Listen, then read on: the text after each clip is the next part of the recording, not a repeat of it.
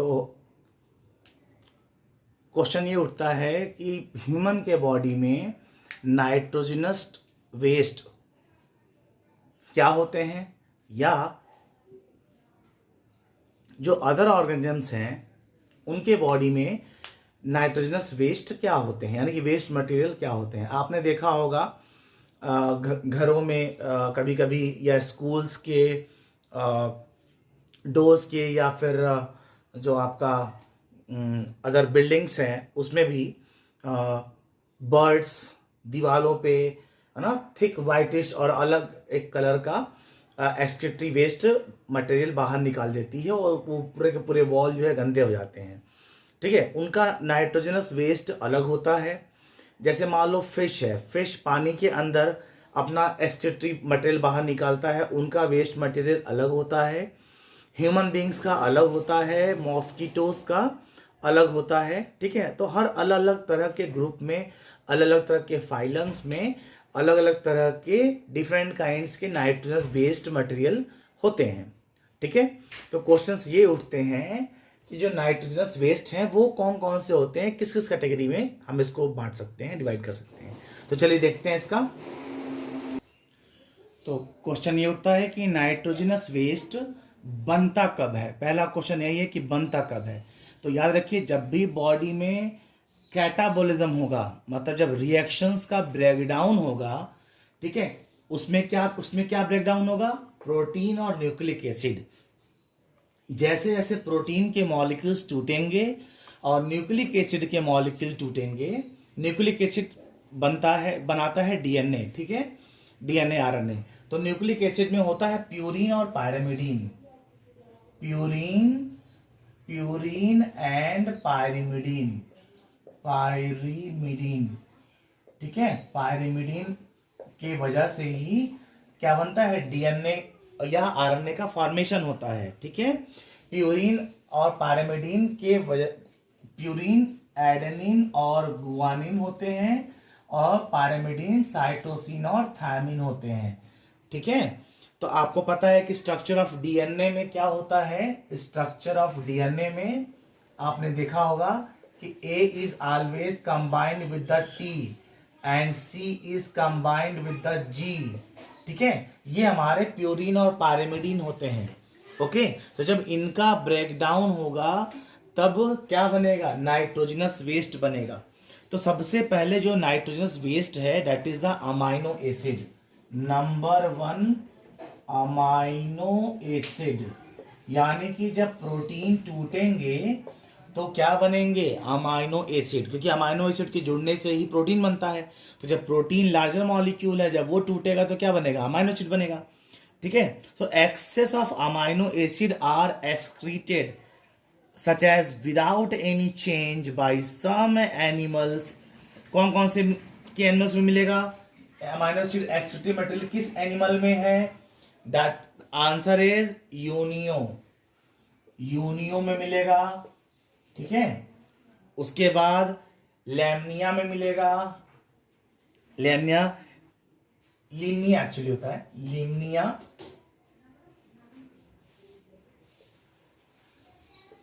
ठीक है, लिमनिया।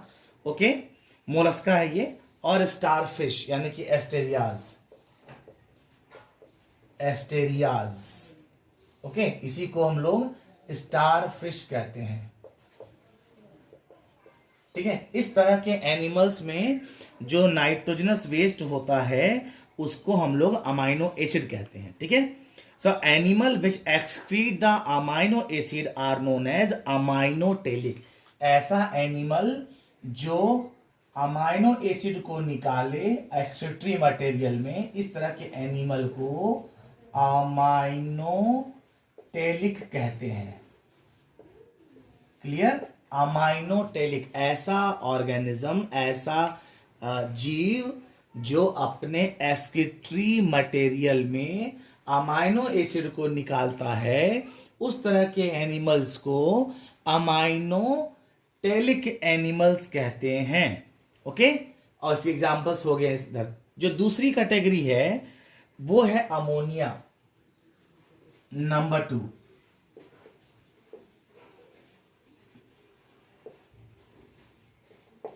अमोनिया, ठीक है। अमोनिया में क्या होता है भाई, ये चीफ बाई प्रोडक्ट है किसका, प्रोटीन और अमाइनो एसिड मेटाबॉलिज्म का। ये बनता है कैटाबोलिज्म ऑफ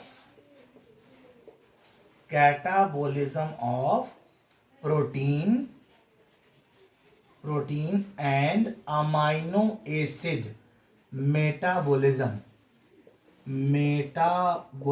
यानी कि अगर कोई अमाइनो एसिड भी टूट जा रहा है, उससे भी छोटा मॉलिक्यूल अगर बनता है, ठीक है, तब हमारा बनता है क्या, अमोनिया, ठीक है, क्लियर। अमोनिया गैस का बनना है ना बहुत ज्यादा टॉक्सिक होता है। सो अमोनिया इज हाईली टॉक्सिक, ठीक है, हाईली टॉक्सिक कंपाउंड है, ठीक है। ये सॉल्युबल इन वाटर है और डिफ्यूजिबल भी है। कैसा है, सॉल्युबल इन वाटर, पानी में सॉल्युबल हो जाएगा, और डिफ्यूजिबल भी है। डिफ्यूजिबल मतलब डिफ्यूज होकर के ब्रेन सेल्स तक भी जा सकता है, क्लियर, और जाकर के ब्रेन सेल में डैमेज करेगा सेल्स को, इसीलिए बहुत ज्यादा टॉक्सिक होता है ये। Okay, even excretion of the ammonia requires a large amount of water, so it carried out only by the aquatic organism, ठीक है। इसलिए मोस्टली ये कहां मिलता है, एक्वाटिक ऑर्गेनिजम्स में पाए जाते हैं, क्योंकि अमोनिया को निकलने के लिए बहुत लार्ज अमाउंट में वाटर की नीड पड़ती है, ठीक है। Ammonia can be lost as a ammonium ion through the skin and gills of the aquatic organism, note it. Okay, अब चलो भाई, अब बात करते हैं ऐसा एनिमल, सपोज करो ऐसा एनिमल है, हम एग्जांपल ले लेते हैं किसका, प्रोटोजोआ। इस प्रोटोजोआ का ले लेते हैं एग्जांपल है हमारा प्रोटोजोआ, ठीक है। स्पॉन्जेज सोइलेंट्रेटा,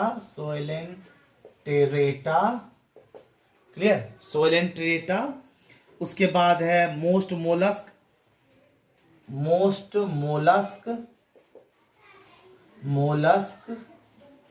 ठीक है। मोस्टली जितने भी मोलस्क होते हैं, साथ में एक्वाटिक आर्थ्रोपॉड्स और फिशेज, एक्वाटिक आर्थ्रोपॉड्स और फिशेज, ठीक है। एक्वाटिक आर्थ्रोपॉड और फिशेज, इस तरह के जितने भी एनिमल्स हैं। एक तो और रह गया मेन इंपॉर्टेंट, क्या है, क्या बोलते हैं इसको, amphibian tadpole, yes, amphibian tadpole, ठीक है, एम्फीबियन टैडपोल।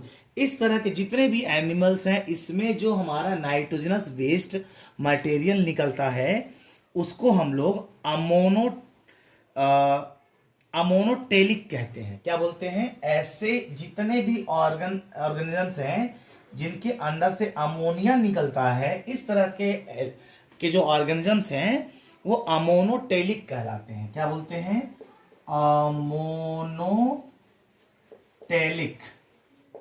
अमोनोटेलिक, ठीक है। और इस फेनामिना को, जिसमें अमोनोटेलिक ऑर्गेनिजम्स अपना वेस्ट मटेरियल बाहर निकालता है, इस तरह के प्रोसेस को अमोनोटेलिज्म कहते हैं। फेनामिना को क्या बोलेंगे, फेनोमेनन को क्या बोलेंगे, अमोनोटेलिज्म कहते हैं, क्लियर, अमोनोटेलिज्म कहा जाता है। आगे समझ में, चलो नेक्स्ट। अब हमारा मेन इंपॉर्टेंट क्या है, दैट इज द यूरिया, वो भी बता देते हैं, ठीक है। यहां तक कॉपी में नोट कर लो, ठीक है।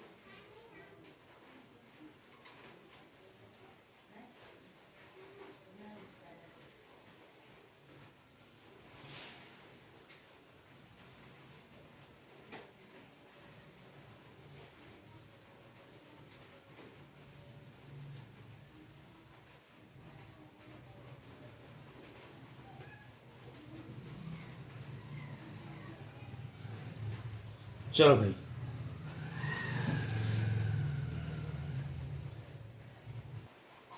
चलो अब देखो, इसमें हमारा जो नेक्स्ट वेस्ट है दैट इज द यूरिया। ठीक है, so urea is derived from ammonia. पहला पॉइंट तो ये हो गया, it is derived from ammonia. ठीक है, पहला तो ये क्वेश्चन यही बन गया आपका कि यूरिया कहाँ से डिराइव होता है, अमोनिया से। And carbon dioxide in liver.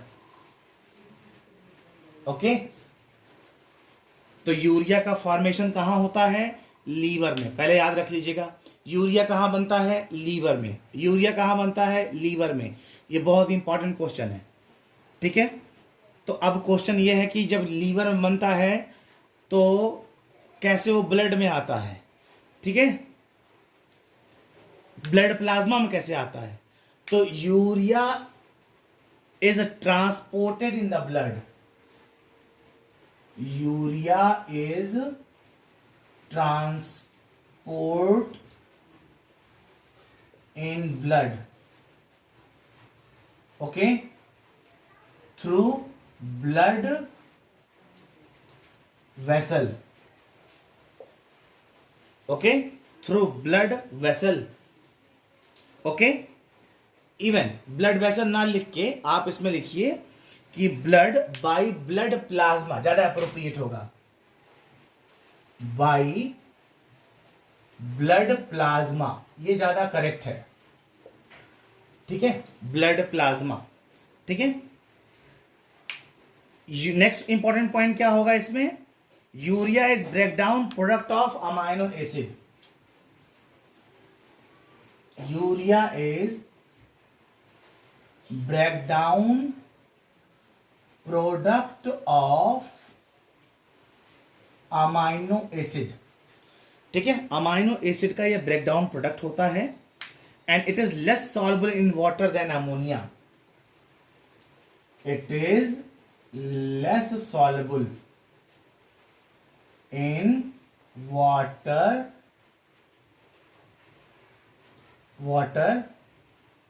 Less soluble in water as compare to ammonia. ठीक है, अमोनिया के कंपैरिजन में ये लेस सॉल्युबल है। क्लियर, कितना होता है, 18 से 38। ठीक है, 18 से 38 ml, okay, 18 to 38 ml milligram पर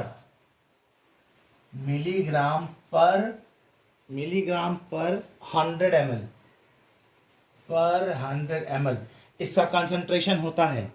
ठीक है, ब्लड प्लाज्मा में। ओके, अच्छा, अब मान लो ऐसे एनिमल्स, जैसे कुछ एनिमल्स का हम लोग नाम लिख दे रहे हैं, जैसे मैन, डॉग, कैमल। अपना खुद का एग्जांपल ले लेते हैं हम लोग, मैन, डॉग, कैमल। ठीक है, मैन, डॉग, कैमल यानी मैमल्स। इवन सम एनिलिड्स जैसे अर्थवर्म, उसके अलावा शार्क और एक्वाटिक रेप्टाइल्स,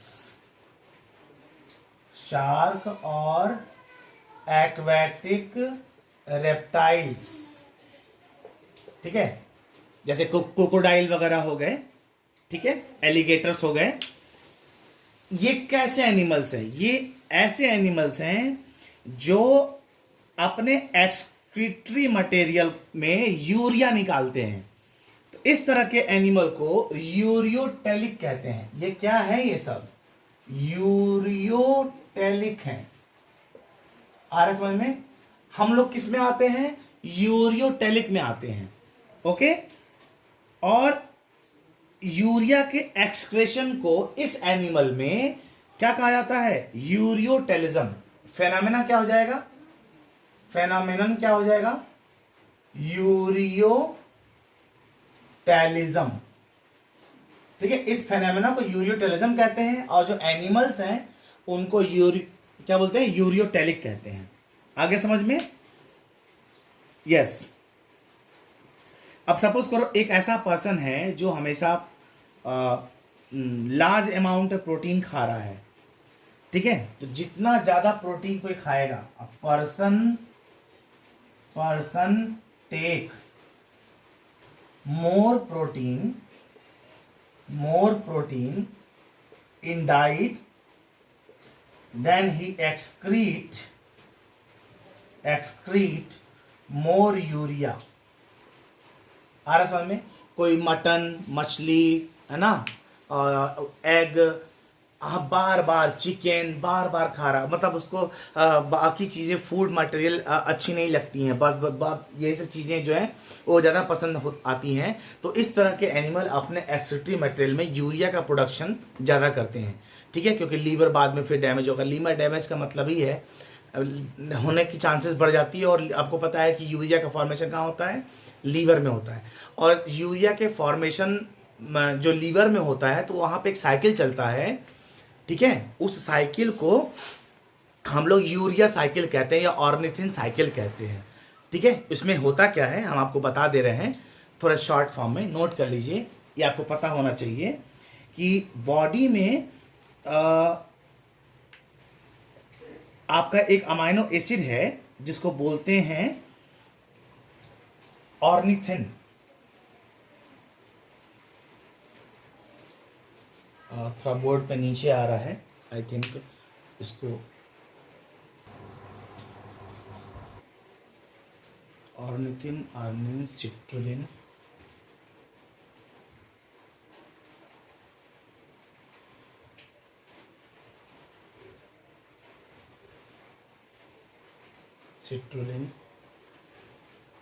ऊपर से यहाँ यूरिया बाहर निकलेगा, ओके, यूरिया बाहर निकलेगा और यहाँ से पानी अंदर आएगा इस साइकिल में, इसको बोलेंगे यूरिया साइकिल,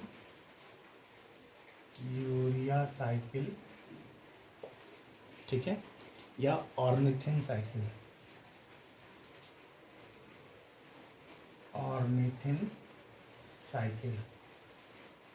ठीक है, ऑर्निथिन साइकिल कहते हैं इसको। इसमें अमोनिया के थ्रू NH3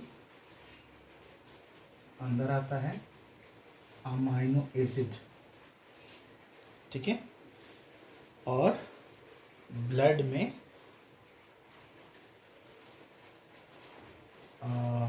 आएगा आपका CO, कार्बन डाइऑक्साइड आ जाएगा बाइकार्बोनेट आयन के फॉर्म में, ब्लड के थ्रू आएगा ये।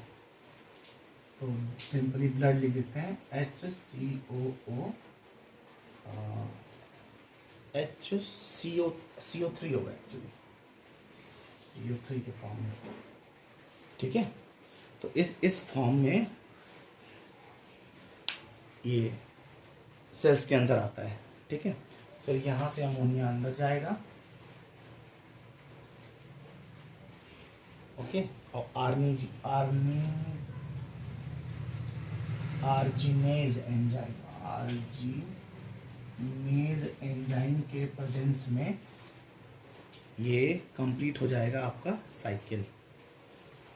तो देखो ये है हमारा यूरिया साइकिल। इसमें हमारा जो मेन कंपाउंड है ऑर्निथिन अमाइनो एसिड है। ऑर्निथिन अमाइनो एसिड से अमोनिया, अमाइनो एसिड के थ्रू अमोनिया बनेगा, अमोनिया आता है, फिर यहाँ से कार्बन डाइऑक्साइड आता है ब्लड के थ्रू, दोनों कंबाइन होकर बना लेते हैं सिट्रुलिन, यानी ऑर्निथिन अमाइनो एसिड से कन्वर्जन हो जाएगा, बनेगा सिट्रुलिन, सिट्रुलिन से बनता है आर्जिनिन, और आर्जिनेज एंजाइम के प्रेजेंस में यहाँ वाटर फिर से अंदर यूटिलाइज होता है, ठीक है, और यूरिया हमारा वेस्ट प्रोडक्ट बाहर निकल जाता है। इस पूरे साइकिल को हम लोग ऑर्निथिन साइकिल कहते हैं या फिर यूरिया साइकिल कहते हैं, ठीक है। और इस साइकिल को डिस्कवर करने के लिए का जो क्रेडिट है वो H.A. क्रैप्स, यानी हैंस ए क्रैप्स और एक जो दूसरे साइंटिस्ट थे कर्ट हेजलेट, स्पेलिंग है इनका KURT हैजलनट, HENSELEIT,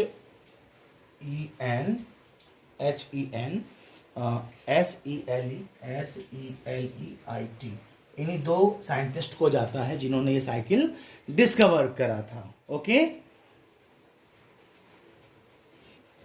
चलो अब जो हमारा नेक्स्ट एक्सक्रीटरी मटेरियल है देखते हैं, उसको देखते हैं। वो है हमारा यूरिक एसिड। ये बहुत इंपॉर्टेंट है, यूरिक एसिड। ठीक है, यूरिक एसिड जितने भी लिजर्ड हैं, स्नेक्स हैं, कहाँ कहाँ मिलेंगे भाई? लिजर्ड में, स्नेक्स में, ठीक है, बर्ड्स में, लिजर्ड हो गया, स्नेक्स हो गया, बर्ड्स हो गया, land snail, land snail, okay, और उसके साथ साथ mostly insect,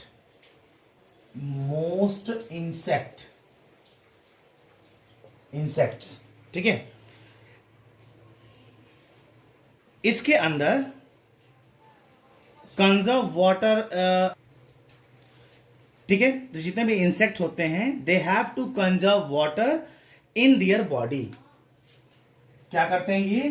conserve water in their body, लिख लो, इन दियर बॉडी। ठीक है, ये पानी को कंजर्व करते हैं। ठीक है, इसीलिए इस तरह के एनिमल को हम लोग यूरिकोटेलिज्म कहते हैं। क्या कहते हैं? यूरिकोटेलिज्म।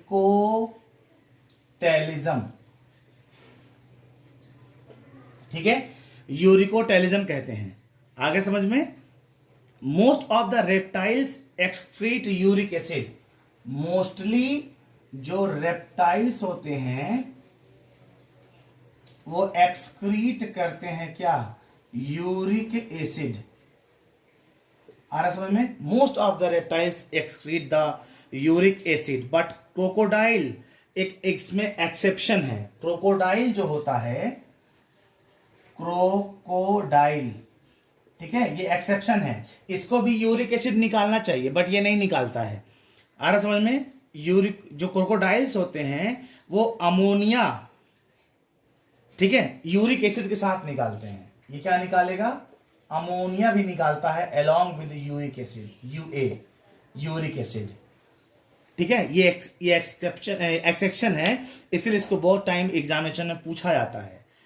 ठीक है, and uric acid has a very low toxicity and it is insoluble in water. Uric acid जो होता है, यहां लिख लो, इनसॉल्युबल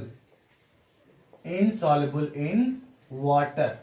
ठीक है, इसलिए बहुत ज़्यादा जो प्रोटीनेशियस नेचर वाला जो एंजाइम फूड जो कोई खाता है और बॉडी में जब यूरिक एसिड का फॉर्मेशन हो जाता है तो जितने भी ज्वाइंट्स होते हैं, ये सारे के सारे ज्वाइंट्स पे यूरिक एसिड का क्रिस्टल, कैल्शियम ऑक्जेलेट का क्रिस्टल एक्युमुलेट हो जाता है, जिसकी वजह से पूरे बोन्स में दर्द होता है, चाहे वो घुटने का दर्द हो, हाथ का दर्द हो, कमर का दर्द हो। ठीक है, तो इस तरह के केसेस में इस तरह के केसेस में प्रोटीनेशियस फूड नहीं खाना चाहिए। ओके, चलिए नेक्स्ट इसमें इंपॉर्टेंट पॉइंट है waste product of adenine and guanine metabolism. क्या इंपॉर्टेंट पॉइंट है? Waste product of adenine and guanine, ANG। Okay, metabolism are excreted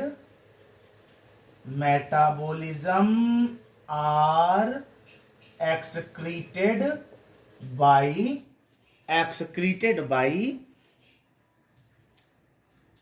man as a uric acid,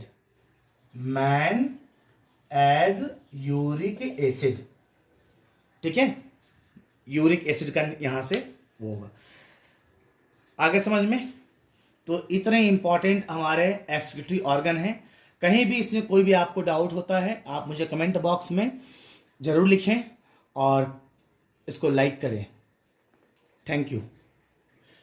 अच्छा, इसके बाद एक्सक्रीटरी ऑर्गन किडनी का structure हम next part में बनाएंगे, part 3 में, तो आप उसको जरूर देखिएगा।